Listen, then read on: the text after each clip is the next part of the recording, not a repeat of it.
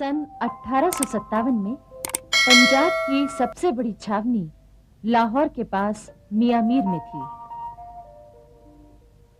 मियां मीर में गोरे सिपाहियों की तुलना में हिंदुस्तानी सिपाही 4 गुना ज्यादा थे।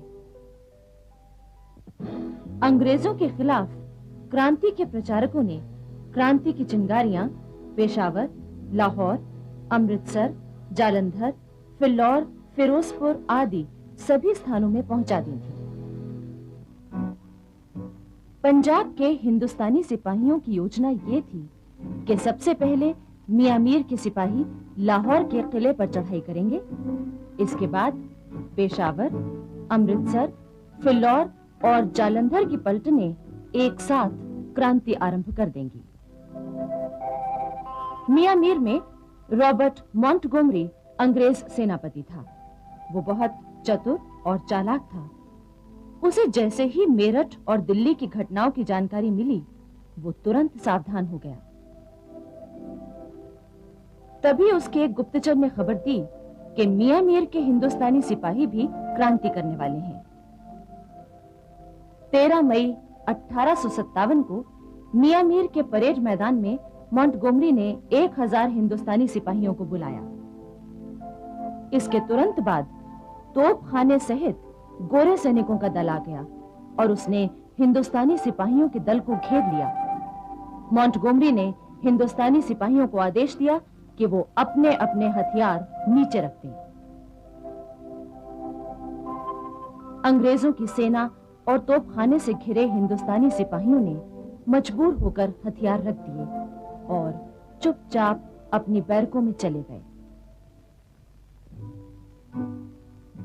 लाहौर के किले में मौजूद हिंदुस्तानी सिपाहियों से हथियार रखवाने के लिए एक गोरी पलटन भेजी गई। उसने वहां के सिपाहियों से हथियार रखवाकर किले के बाहर बैरकों में भेज दिया। उधर पेशावर में 24, 27, 51 नंबर की पैदल और 5 नंबर की सवार पलटनें 22 मई 1857 को क्रांति का बिगुल फूंकने को तैयार थीं। मियां मीर की घटना का समाचार पाते ही अंग्रेज अफसरों ने गोरी सेना के 4 दल पेशावर भेजे और 22 मई की सुबह देशी पलटनों से हथियार रखवा लिए। 22 मई की शाम अंग्रेज सैनिक सावधान थे कि कहीं छावनी या नगर में विद्रोह न हो जाए, किंतु उसी रात कुछ निहत्थे हिंदुस्तानी सिपाही नगर की ओर जा रहे थे। उन्हें अंग्रेज सिपाहियों ने पकड़ लिया। उसी रात 14 हिंदुस्तानी सिपाहियों को फांसी पर लटका दिया गया ताकि बाकी सिपाही उनसे सबक लें। बैरकों के बाहर तोपें लगा दी गईं। कोई भी हिंदुस्तानी सिपाही बाहर नहीं निकल सकता था। जिसने हिम्मत की उसे तोप के मुंह से बांधकर उड़ा दिया गया। पेशावर के पास होती मैदान में 55 नंबर पैदल पलटन थी। इसके सेनापति कर्नल स्पैटिश वुड को भरोसा था कि उसकी पलटन विद्रोह नहीं करेगी, किंतु पंजाब के अंग्रेज अफसरों ने उन पर दबाव डाला कि पलटन से हथियार रखवा लिए जाएं। इस पर दुखी होकर कर्नल स्पैटिश वुड ने आत्महत्या कर ली। होती मर्दान की 55 नंबर पैदल पलटन से हथियार रखवाने के लिए पेशावर से अंग्रेजों की सेना आई।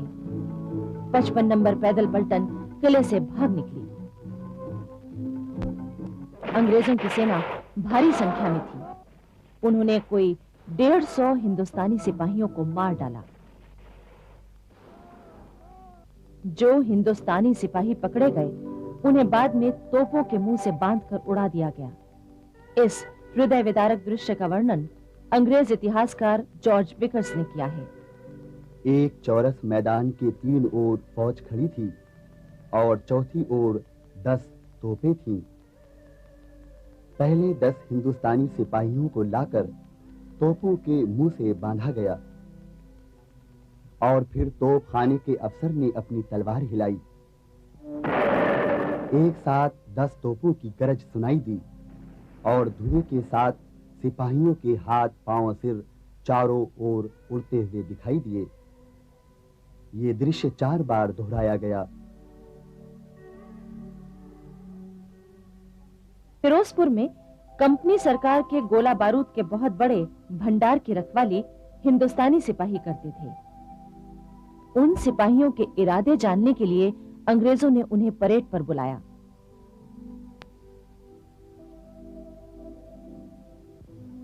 फिर उसी दिन कुछ ही घंटों बाद फिरोजपुर के भारतीय सिपाहियों ने क्रांति शुरू कर दी। अंग्रेजों ने स्वयं गोला बारूद का भंडार जला दिया। जालंधर, फिल्लौर और लुधियाना की देसी पलटनें चुपचाप क्रांति की तैयारी कर रही थीं।